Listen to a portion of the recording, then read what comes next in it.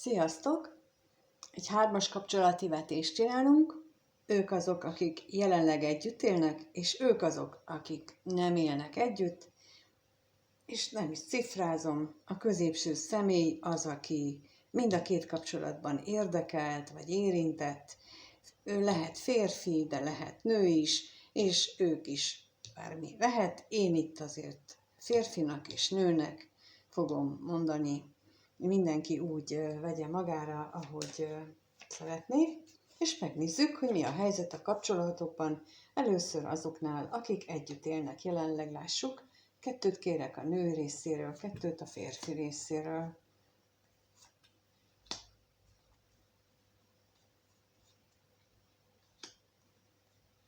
Mi a helyzet ebben a... Hát a nő részéről úgy látom, hogy rengeteg...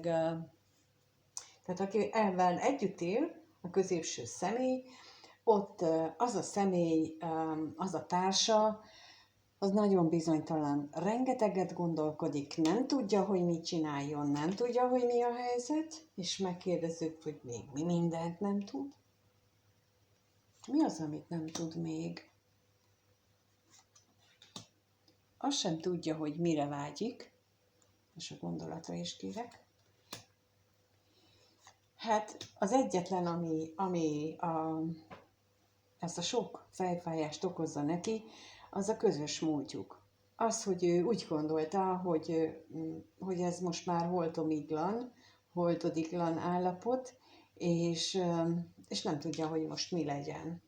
Míg a középső személy itt úgy érzi, hogy ebben a kapcsolatban csak veszteség éri állandóan, bármihez is fog, vagy bármit csinál, az nem jön neki össze, és akkor az utazásra kérek, és a veszteségre is. Próbált ő megújulni, próbált ő az érzéseit is egy kicsit változtatni rajta, megújítani az egészet.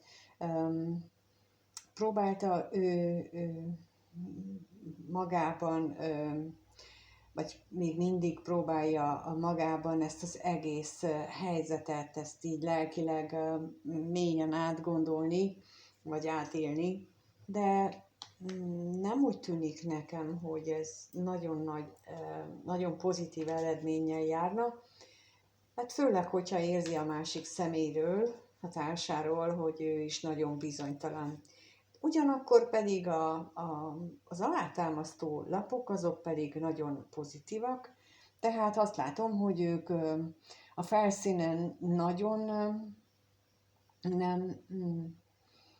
nagyon kilátástalannak látják ezt a kapcsolatukat, azért mélyben pedig inkább bizakodóak, sokkal inkább bizakodóak, mint a felszínen. És akkor megnézzük a másik kapcsolatban, hogy ott a középső személy részéről hogy tűnik, milyennek tűnik ez a kapcsolat, és a másik személy részéről is milyen. A harmadik fél részéről is milyen a kapcsolat. A harmadik fél részéről milyen.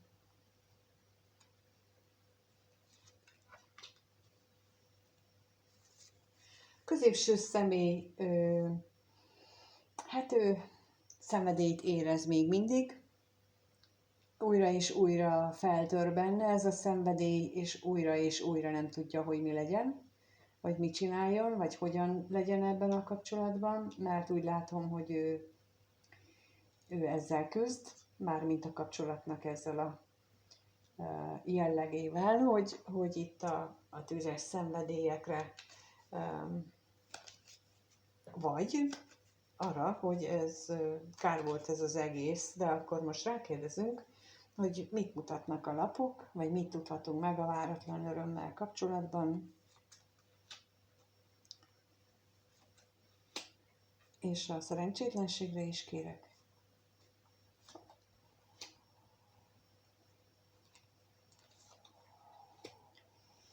Hát inkább azt gondolom,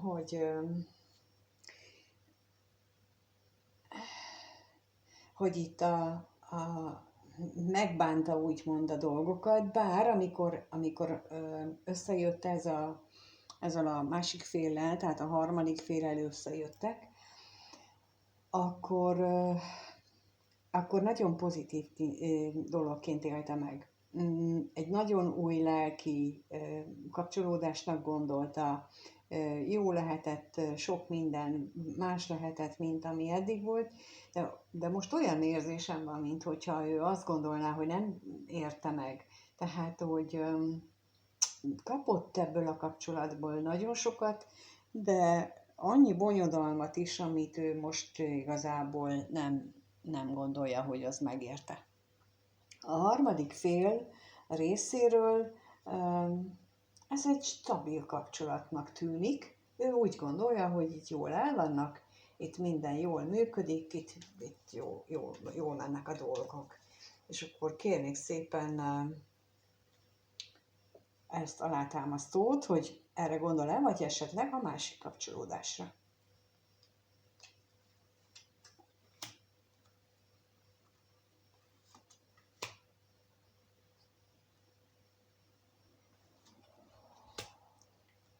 És a házra is kérek.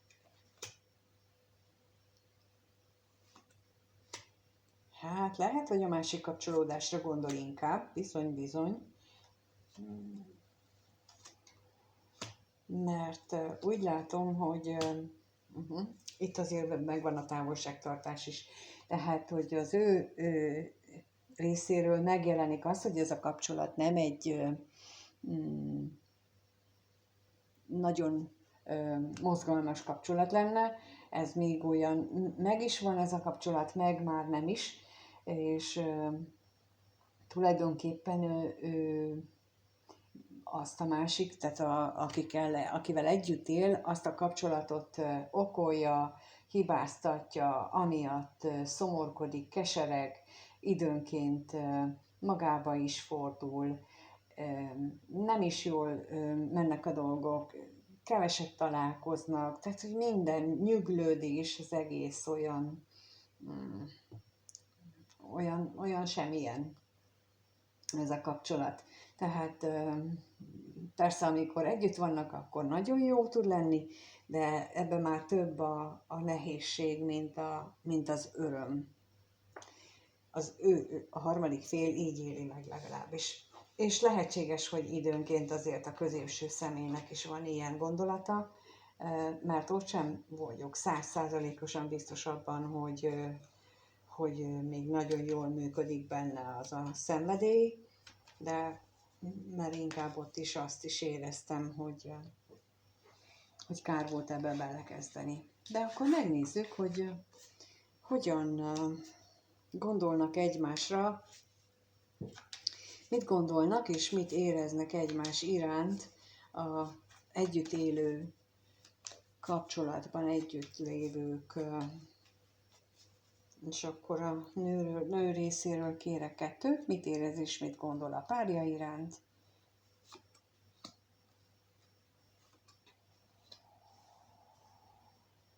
És a középső személy a másik iránt mit gondol vagy érez.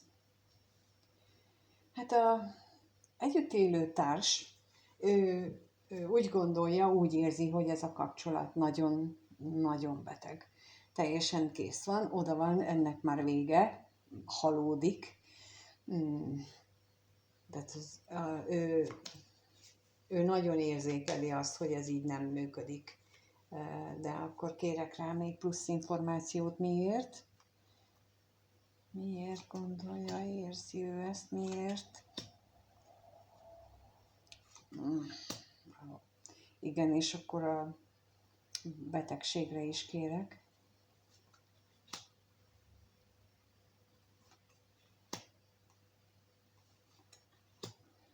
Hát olyan, mintha itt parázsviták, veszekedések lennének állandóan újra és újra.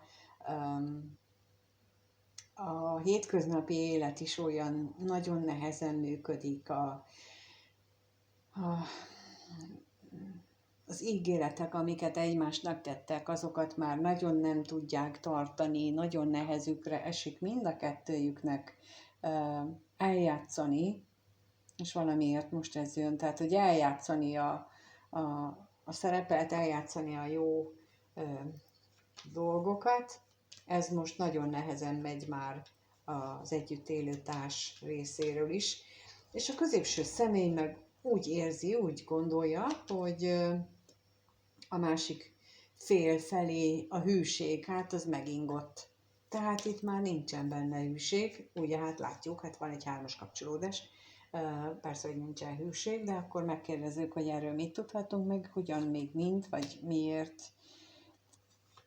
mi jön ezzel kapcsolatosan. És az utazásra is kérek.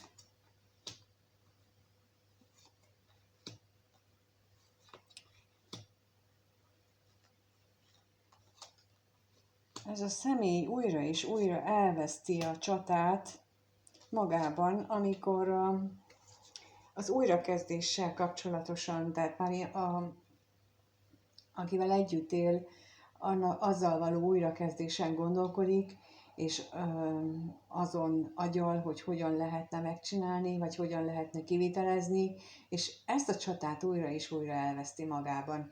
Tehát állandóan odajukat ki, hogy ez így nem működik, hogy ez így nem jó. Itt van, hogy ő vágyik, reménykedik abban, hogy ez a jelenlegi szomorú állapot elmúlik, valahogy lehet ezen segíteni, és a valahogyan gondolkodás közben meg állandóan oda jut, hogy ez így bukta, ez nem megy.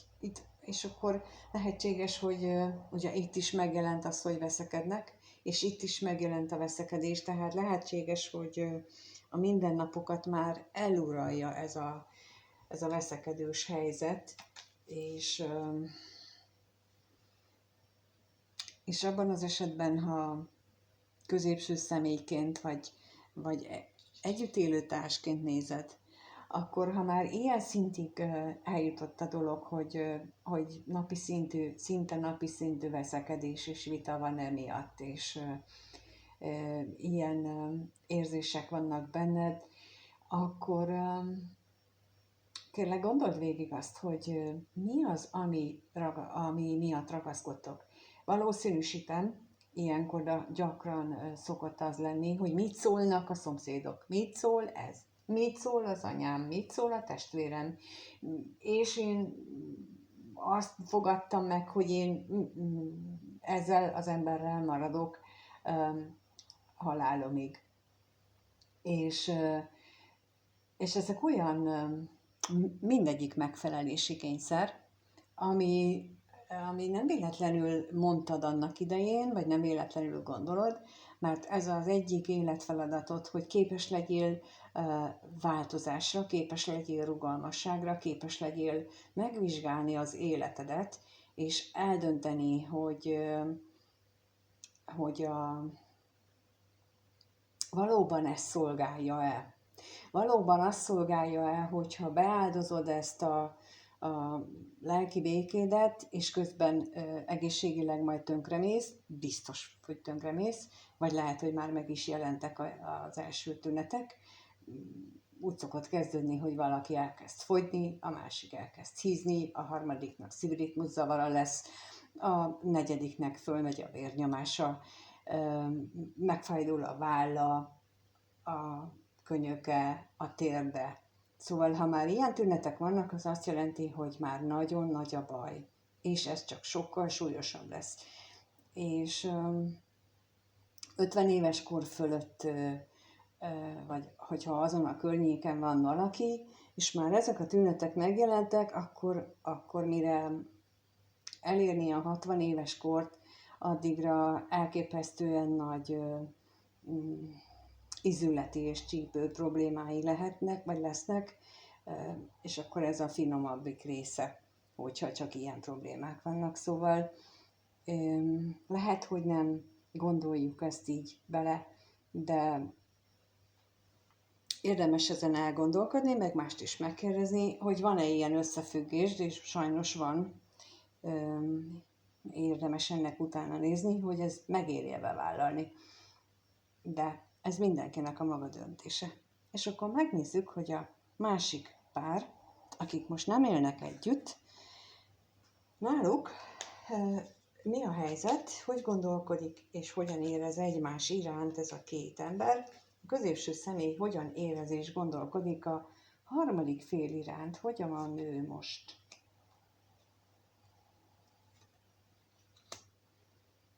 És a harmadik fél hogy gondolkodik a középső személy iránt.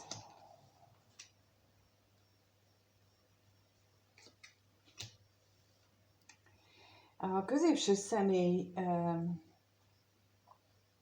úgy gondolja, hogy nagyon jó vele ellenni, nagyon, nagyon élvezetes ez a kapcsolat, nagyon értékes is a számára, de valahogy érzem a de, és akkor kérek szépen a pénzre kiegészítést.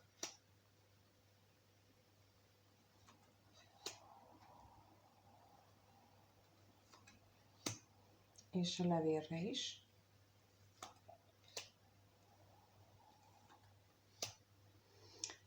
És bár beteges vágyai vannak, már úgy értem a beteges vágyai, hogy olyan erősek ez felé, a személy felé a vágyai, ennek a középső személynek, a harmadik fél felé, nem csak testileg, hanem lelkileg is nagyon vágyódik utána. És itt a levél is ezt fejezi ki, hogy olyan nagyon vágyik arra, hogy beszéljenek, hogy kapcsolat legyen közöttük. Mégis ugye itt megjelenik a magányossága, hogy ő inkább ezt a bezártságot választja, vagyis inkább ezt éli meg, ezt tapasztalja mindennapi szinten. Tehát, mint az előbb mondtam, hogy nem nagyon látszik, hogy itt lenne kapcsolat közöttük. Szóval ő inkább ezt éli meg, és ezt választja.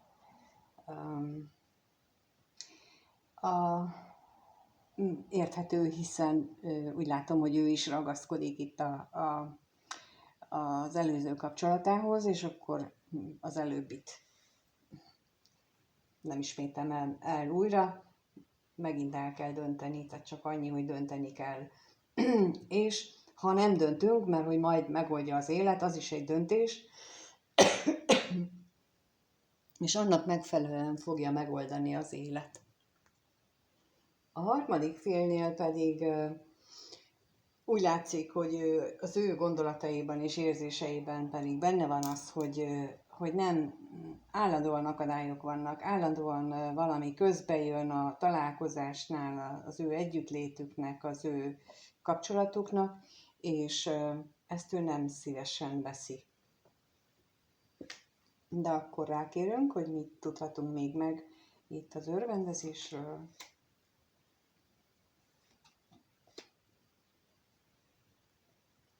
És az ellenségnél.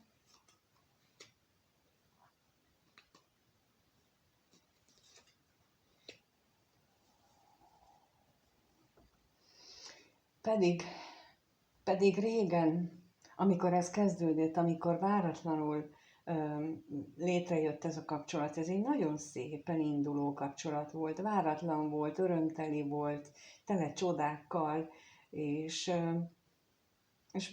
mostanra csak a szomorúság marad belőle, meg a remény, hogy újraindul, hogy lesz ebből valami, ebből a kapcsolatból még, hogy ezt újra lehet kezdeni.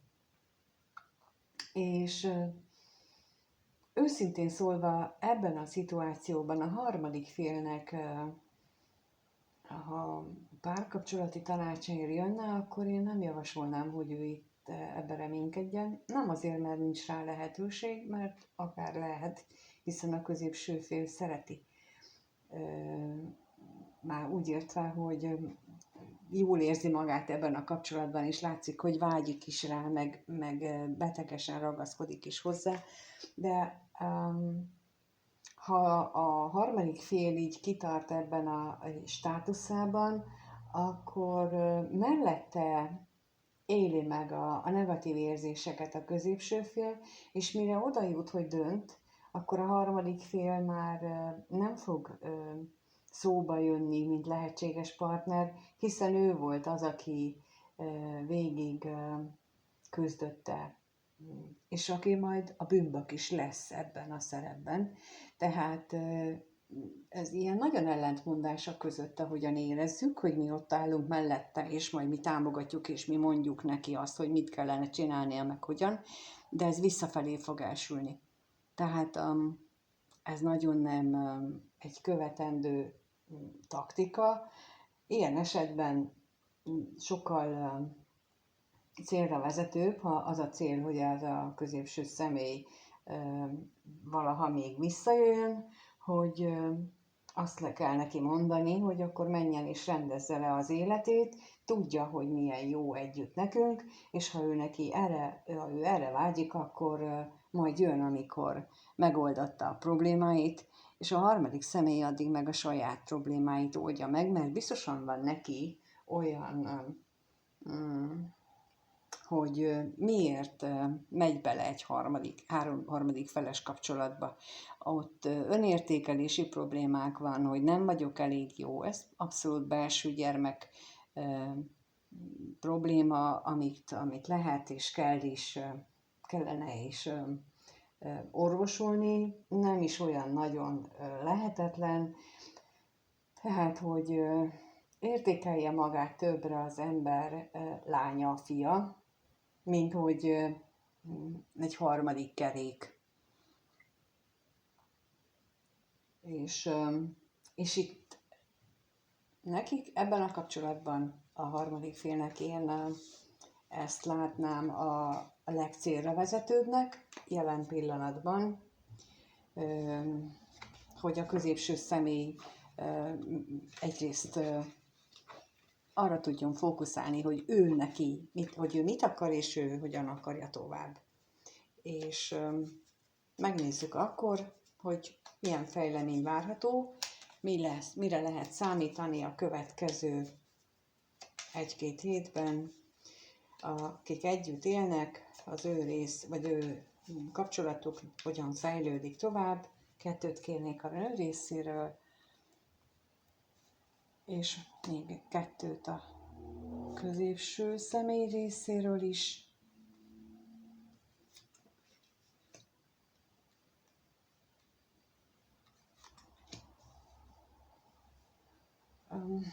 Ahogy kijött itt ez az ellenség és az állandóság lapja, ugye ez is a csaták, harcok, küzdelmeknek a folyamatosságára utalhat, illetve arra is utal, hogy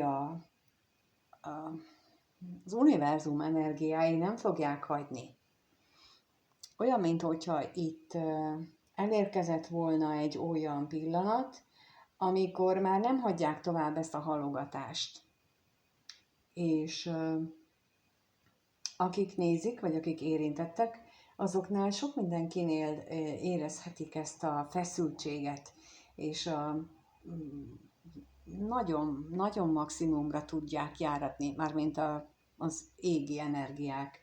Nagyon maximumra tudják járatni ezt a nyomást, ezt a feszültséget bennünk, és sorozatosan történnek olyan dolgok, amikre abszolút nem számítottunk, amit abszolút nem várunk, és csak tetézik a bajt, és hol engedi ki az ember a gőzt, tehát ahol a legkönnyebb a kapcsolatában, ami persze ezt a kapcsolatot még terheltebbé, még nehezebbé teszi, legalábbis most így látom, és akkor kérünk az ellenségre, hogy akkor mit tudhatunk meg arról. És állandóságra is kérek.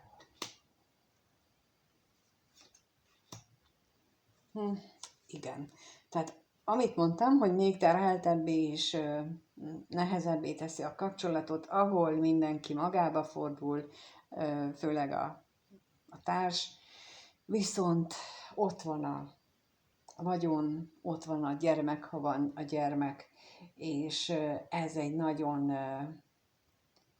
nagyon nehezítő körülmény. És most itt elmondom, hogy például néztem a múltkor egy ilyen 3-as kapcsolódásban érintett személynél a horoszkópot, és igen, neki ez a nagy feladata, hogy képes legyen a korábbi életeiben, vagy a korábbi inkarnációkban megtapasztalt jólétet, és az anyagi jólétre gondolok itt, az anyagi jólétet, amit most is sikerült nekik fölépíteni elég hamar, hogy azt át kell neki transformálni az elengedésé, ezt mutatja az életfeladatot jelölő holcsomók, hogy át kell neki élnie azt, hogy az anyagi ragaszkodást, azt egyfajta szellemi energiáknak való átengedésre megoldja, vagy tehát, hogy ezt megcsinálja. Ez a nagy életfeladata, és mivel úgy tűnik az ő esetében, hogy úgy állnak a többiek is, hát neki például nagyon nehéz lesz, mert ezt kikényszerítik rajta az energiák. És ha 10 évig kell, akkor 10 évig fogják még húzni. Úgyhogy láttam ilyet is, és most ez így eszembe jutott. Vajon nem véletlenül, úgy hiszem. És a középső félnél pedig ő olyan, mintha ő átvergődné magát azon, hogy a múltnak a találkozásaira gondol, és melyikre vajon, és megkérdezem, hogy milyen múltbéli találkozásra gondol itt.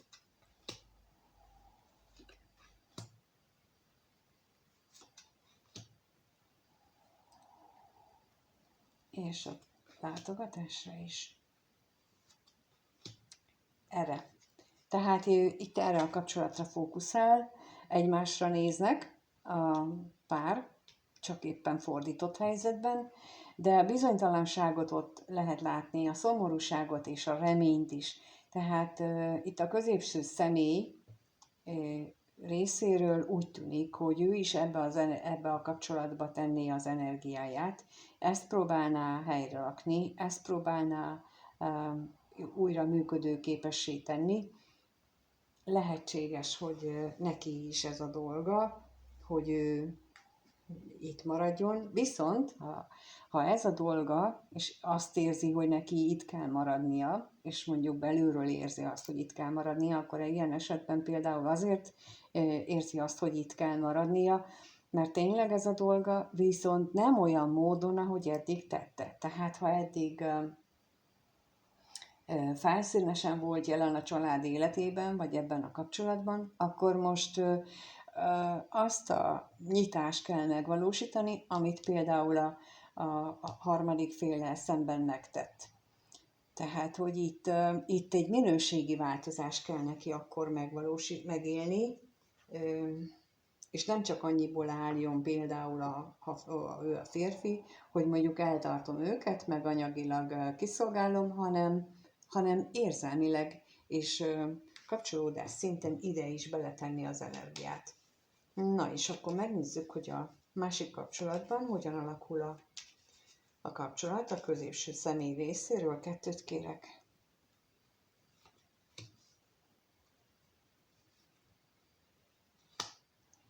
És a harmadik fél részéről is 2.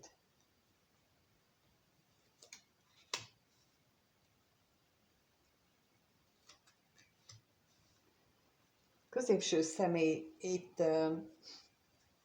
hát lehet, hogy a kapcsolódásokat le fogja mondani, mindenféle ilyen-olyan hazugságokkal. Lehetséges, hogy ő itt eljátsza majd a különböző szerepeket, de azok nem igaziak lesznek, és azért mondom, hogy szerepek, de megkérdezzük, hogy mit tudhatunk meg a látogatásról. És a hamisságra is kérek.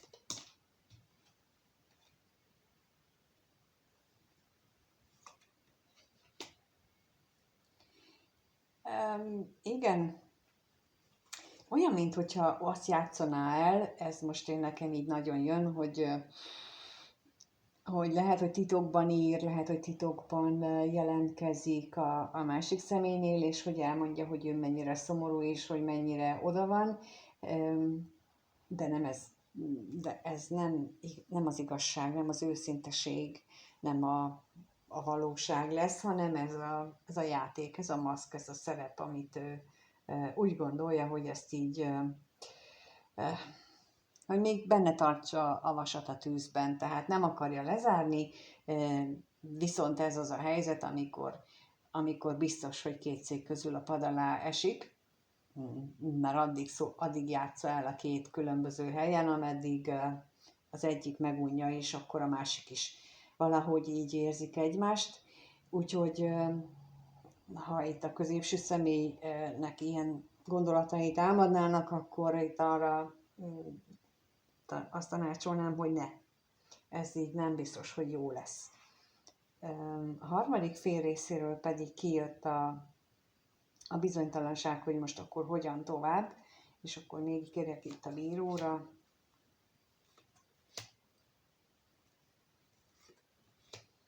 És a váratlan örömre is.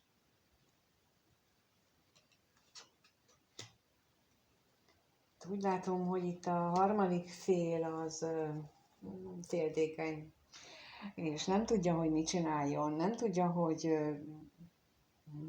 mi lenne a jó, mit kellene csinálni, maradjon, menjen, újrakezdés lesz, de ebbe teljesen belebetegszik, és egyszerűen nem tudja, hogy mit tegyen, és hogy jaj, mert mi lesz, hogyha mégis jön, jaj, mert ha mi lesz, ha mégis meggondolja, és akkor itt visszautalnék, amit az előbb mondtam, hogyha, már mint az előbb neki tanácsoltam, hogyha mégis meggondolja, akkor te leszel a bűnbak, és előbb-utóbb ezért ott fog hagyni. Úgyhogy jobb ezt megelőzni, főleg, hogyha ilyen játékot elkezd játszani ez a középső személy, akkor ő nem tiszta, nem nyílt, nem őszinte veled, és akkor ez már akkor utána részéről gyakorlat lesz. Hát ha ilyen párkapcsolatra vágysz, akkor rajta ez is meg van engedve bárkinek, de ha egy őszinte kapcsolatra vágysz, akkor talán nem biztos, hogy ez a kapcsolat az lesz valaha is, ha ilyen a jelenlegi vagy a jövőbeni állapota. Úgyhogy ennyit tudok most ezzel a hármas kapcsolódással elmondani. Igyekszem most már rövidebbre fogni, hát egy 20 percet majdnem megfeleztem a régiekhez képest.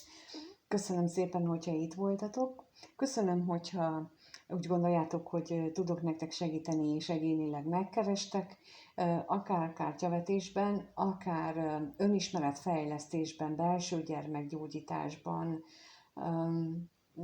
lelki erősödésben, szóval nagyon sok minden van, amit lehet ilyen esetben tenni, hogy miért van itt az ember fia, lánya, miért történik vele. Nem vagyok annak kihíve, hogy ezt egyszerű varázslásos, meg mágiás módszerrel meg lehet oldani, mert egyrészt annak ára van, amit meg kell fizetni, másrészt pedig nem hoz hosszú távú megoldást. Az legfeljebb időlegesen hoz megoldásokat, de mindenképpen a lélek megsimli, és azt tapasztaltam, hogy azután meg fölállni egy lelki veszteség után sokkal nehezebb. Ezért én bár érzékelem itt ezt az energiákat, mégis azt gondolom, hogy a magam tapasztalatából kiindulva, hogy normál pszichológiai eszközökkel lehet az embernek a saját lelkét meggyógyítani, amiért megjön a jutalom, mindig megjön. Legfeljebb nem akkor is úgy, ahogyan éppen számítunk rá, de előbb-utóbb megjön. Legalábbis én úgy tapasztaltam, hogy mindig lett pozitív eredménye. Úgyhogy, ha ilyenben tudok segíteni, akkor is keressetek, a leírásban megtaláljátok. Köszönöm, hogy itt voltatok és megnéztétek. és köszönöm, hogyha megírjátok a gondolatotokat, köszönöm, és minden jót kívánok mindannyiótoknak. Sziasztok!